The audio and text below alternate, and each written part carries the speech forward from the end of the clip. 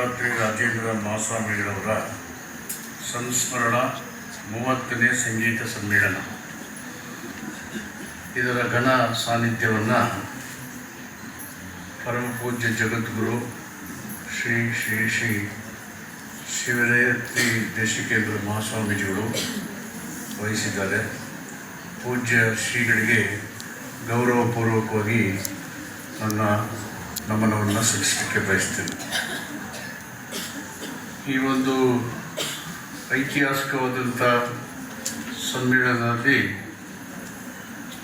ಸಮ್ಮೇಳನ ಅಧ್ಯಕ್ಷರಾಗಿ ಮುಖ್ಯ ಭಾಷಣವನ್ನು ಮಾಡಿದಂಥ ವಿದುಷಿ ಡಾಕ್ಟರ್ CS ಸತ್ಯಾವತಿಯವರೇ,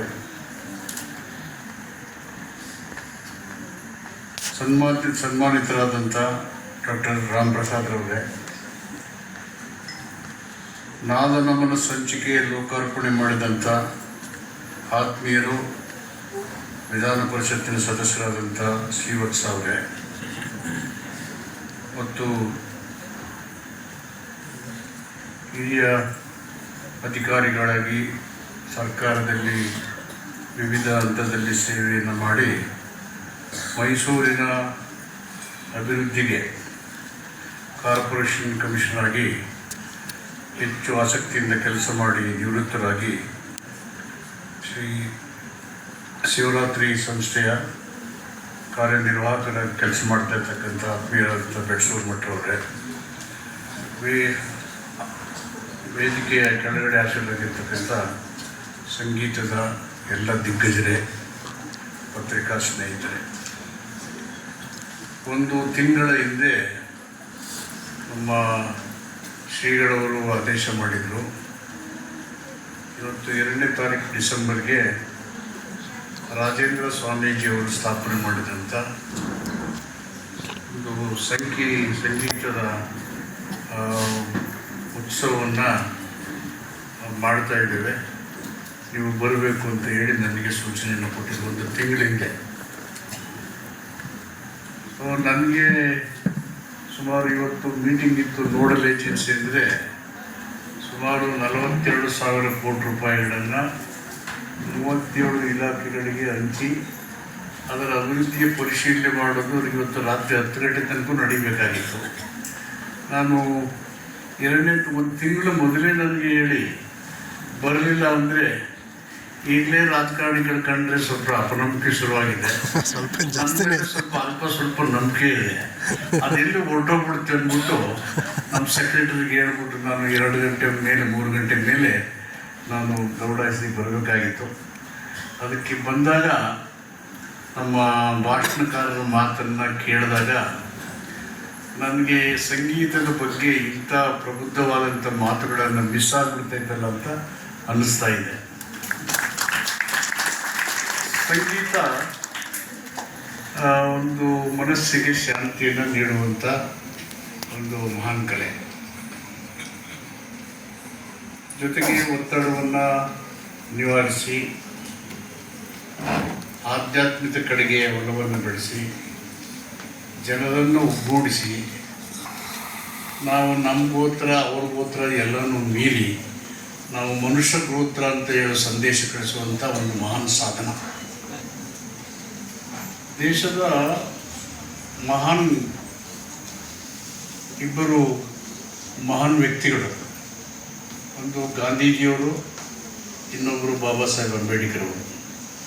ಗಾಂಧೀಜಿಯವರು ಭಜನೆ ಮೂಲಕ ಜನರಿಗೆ ಭಾರತೀಯರಾದ ನಾವೆಲ್ಲ ಒಂದೇ, ಎಲ್ಲ ಧರ್ಮನೂ ಒಂದೇ ಅಂತ ಹೇಳಿ ಸಂಗೀತದ ಮೂಲಕ ಸಂದೇಶವನ್ನು ಕಳಿಸ್ತಾ ಇದ್ದರು. ಈಶ್ವರ ಅಲ್ಲ ತೇರಿ ನಾವು ಸಬಕೋ ಸನ್ಮತಿ ದೇ ಭಗವಾನ್.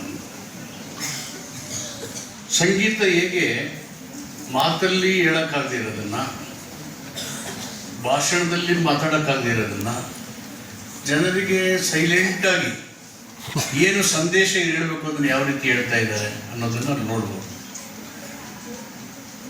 ಬಾಬಾ ಸಾಹೇಬ್ ಅಂಬೇಡ್ಕರ್ ಅವರು ಬ್ರಿಟಿಷರ ಜೊತೆಗೆ ರೌಂಡ್ ಟೇಬಲ್ ಕಾನ್ಫರೆನ್ಸ್ ಚರ್ಚೆ ಮಾಡಿ ಎಲ್ಲ ವಯಸ್ಕರಿಗೆ ಮತದಾನ ಕೊಡಬೇಕು, ನೀವು ಬ್ರಿಟಿಷರು ಆಡಳಿತ ಕೊನೆ ಮಾಡಿ ಹೋಗುವಾಗ ಆಡಳಿತ ಕೊಡ್ತಾ ಇದ್ದೀರಿ, ನೀವು ಯಾರು ಕೈ ಕೊಡ್ತಾ ಇದ್ದೀರಿ, ಹೇಗೆ ಆಡಳಿತ ಮಾಡ್ತಾರೆ, ಈಗ ದೇಶ ಕಟ್ಟಬೇಕು ಅಂತ ಹೇಳಿದಾಗ ಅವ್ರಿಗೆ ಏನು ಬೇಕು ಅಂತ ಅವ್ರ ಚರ್ಚೆ ನಡೆಯುವಾಗ ಅವ್ರಿಗೆ of the people, by the people, for the people, ಜನರಿಂದ ಜನರಿಗಾಗಿ ಜನರಿಗೋಸ್ಕರ ಆಡಳಿತ ವ್ಯವಸ್ಥೆಯನ್ನು ಕೊಡಿ ಅಂತ ಕೇಳಿ 1 vote 1 value ಅಂತ ಹೇಳಿ ಅಡಲ್ಟ್ ಫ್ರಾಂಚೈಸ್ ಕೊಟ್ಟ ಸಂದರ್ಭದಲ್ಲಿ ಅವರು ಪಿಟೀಲು ಬಾರಿಸ್ತಾ ಇದ್ದಾರೆ.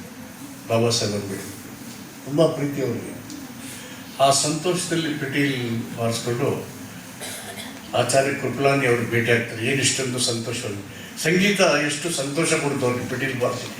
ಆ ಒಂದು ಅಡಲ್ಟ್ ಫ್ರಾಂಚೈಸ್ ಗಳಿಸಿದ ಮೇಲೆ ಸಂತೋಷಭರಿತರಾಗಿ ಪಿಟೀಲ್ನ ಮುಖಾಂತರ ತಮ್ಮ ಸಂತೋಷವನ್ನು ಅಭಿವ್ಯಕ್ತಗೊಳಿಸಿ ಆಮೇಲೆ ಆಚಾರ್ಯ ಕೃಪಲಾನಿ ಭೇಟಿಯಾದಾಗ ಏನು ಇಷ್ಟೊಂದು ಸಂತೋಷವಾಗಿದೆ ಅಂದರೆ, ಆಚಾರ್ಯ ಕೃಪಲಾನಿ ಅವರೇ, ನಾನು ಇವತ್ತು ತುಂಬ ಸಂತೋಷ ಪಡ್ತಾ ಇದ್ದೀನಿ. ಯಾಕೆಂದರೆ ಇಲ್ಲಿ ತನಕ ರಾಜ ಅರಮನೆಯಲ್ಲಿ ಹುಟ್ಟುತ್ತಾ ಇದ್ದ, ಇನ್ಮೇಲೆ ಮತಗಟ್ಟೆಯಲ್ಲಿ ಹುಟ್ಟುತ್ತಾನೆ ಅಂತೇಳಿ ಅವರು ತಮ್ಮ ಪಿಟೀಲನ್ನು, ಅವರ ಸಂತೋಷವನ್ನು, ಅವರ ಭಾವನೆಗಳನ್ನು, ಅವರ ಸಂದೇಶವನ್ನು ಪಿಟೀಲ್ ವಾದನೆ ಮಾಡುವ ಮುಖಾಂತರ ಆಚಾರ್ಯ ಕೃಪಲಾನಿಯವರಿಗೆ ಹೇಳಿದಂಥ ಉದಾಹರಣೆಗಳು ಇದ್ದಾವೆ. ಅಂದರೆ ಹೇಗೆ ಸಂದೇಶವನ್ನು ನಾವು ಹೇಳೋಕ್ಕಾಗದಿರೋದನ್ನು, ನಾವು ಸಂವಾದ ಮಾಡೋಕ್ಕಾಗಿರೋದನ್ನು ಸಂಗೀತದ ಮೂಲಕನೇ ತಿಳಿಸಲಿಕ್ಕೆ ಸಾಧ್ಯ ಆಗಿದೆ ಅನ್ನೋದನ್ನು ಕಾಣ್ಬೋದು.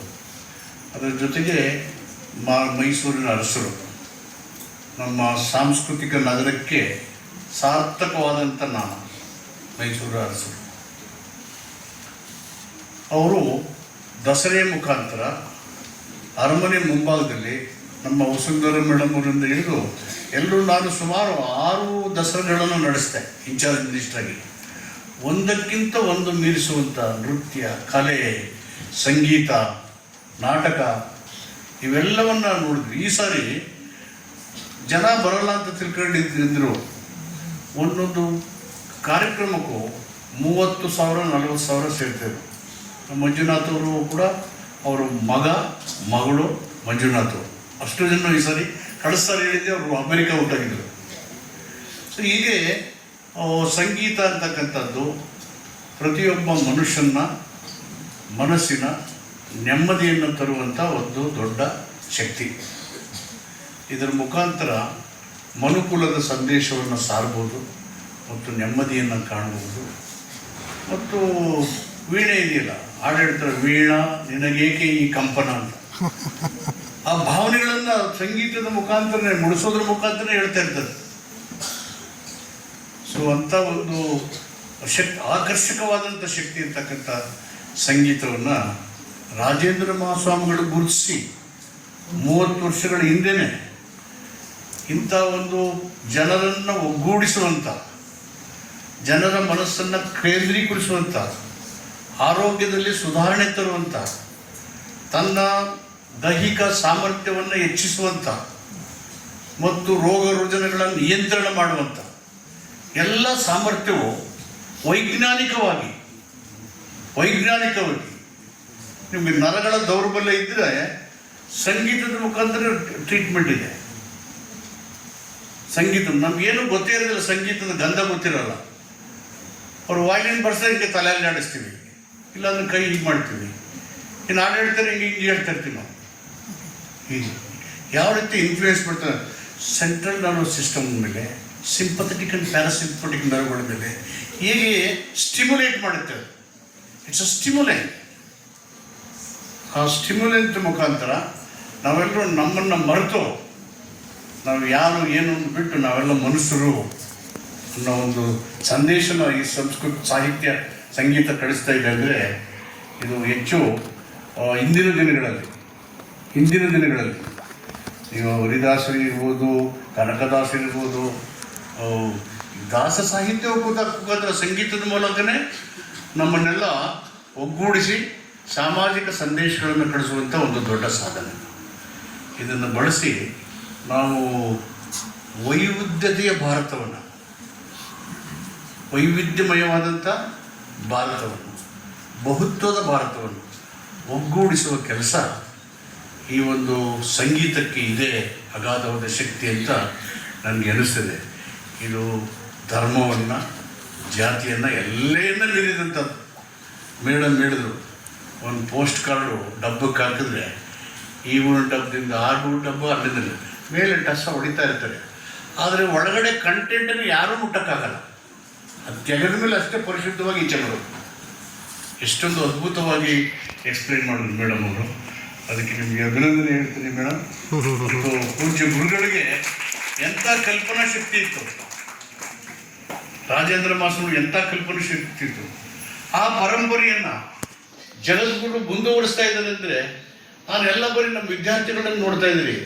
ಜನ ಹೋಗೋರು ಬಂದು ನೋಡ್ಬೇಕು. ಮೈಸೂರು ಅಂದರೆ ಸಂಗೀತ ಪ್ರಿಯರು ಜಾಸ್ತಿ ಇದ್ದಾರೆ, ನಾಟಕ ಪ್ರಿಯರು ಜಾಸ್ತಿ ಇದ್ದಾರೆ, ಡಿಫ್ರೆಂಟ್ ವಲಯಗಳಿದ್ದಾವೆ ಅಭಿರುಚಿಯನ್ನು ಬೆಳೆಸ್ಕೊಂಡಿರೋಂಥವ್ರು. ಅವರೆಲ್ಲ ಬಂದು ಇಂಥ ಒಂದು 5 ದಿನ ನಡೀತಾ ಇದೆ.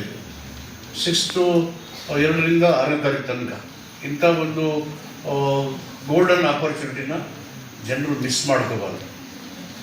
ಎಲ್ಲ ಒತ್ತಡಗಳನ್ನು ಮರೆತು, ಎಲ್ಲ ಜಂಜಾಟವನ್ನು ಮರೆತು ಇಲ್ಲಿ ಬಂದು ಕೂತು ಅವ್ರಿಗೆ ಹಾಡು ಹೇಳಕ್ಕೆ ಬರ್ದಿದ್ರು ಸುಮ್ಮನಾದ್ರೂ ಗುಣಕ್ಕೊಂಡು ಮನಸ್ಸಿನ ಟೆನ್ಷನ್ನೆಲ್ಲ ತೆಗೆದಾಕ್ಬೋದು.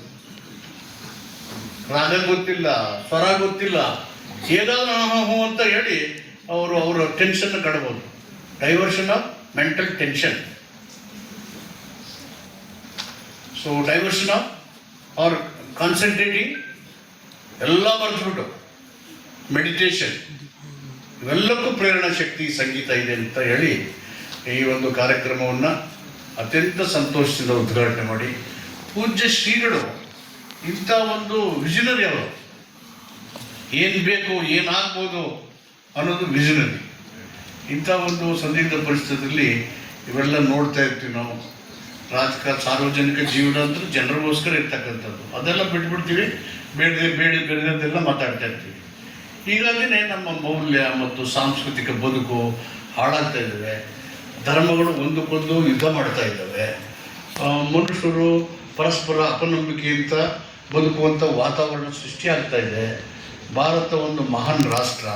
ಇಲ್ಲಿ ಬುದ್ಧ ಹುಟ್ಟಿದ್ದಾನೆ, ಕರುಣೆ ಇದೆ, ಸಂಯಮ ಇದೆ, ಸೋದರತ್ವ ಇದೆ. ಈ ಎಲ್ಲರ ಸಂರಕ್ಷಣೆ ಸಂಗೀತದ ಮುಖಾಂತರ ನೆರವೇರಲಿ ಅಂತ ಹೇಳಿ ಈ ಒಂದು ಕಾರ್ಯಕ್ರಮವನ್ನು ಅತ್ಯಂತ ಸಂತೋಷದಿಂದ ಉದ್ಘಾಟನೆ ಮಾಡಿದ್ದೀನಿ. ಪೂಜ್ಯ ಶ್ರೀಗಳು ಇಂಥ ಒಂದು ಗೋಲ್ಡನ್ ಆಪರ್ಚುನಿಟಿ ನಾನು ಕೊಟ್ಟಿದ್ದಕ್ಕೆ ಪೂಜ್ಯ ಗುರುಗಳಿಗೆ ಗೌರವಪೂರ್ವಕವಾಗಿ ನಮಸ್ಕರಿಸ್ತಾ ನನ್ನ ಮಾತನ್ನು ಮುಕ್ತಾಯ ಮಾಡ್ತೇನೆ. ನಮಸ್ಕಾರ.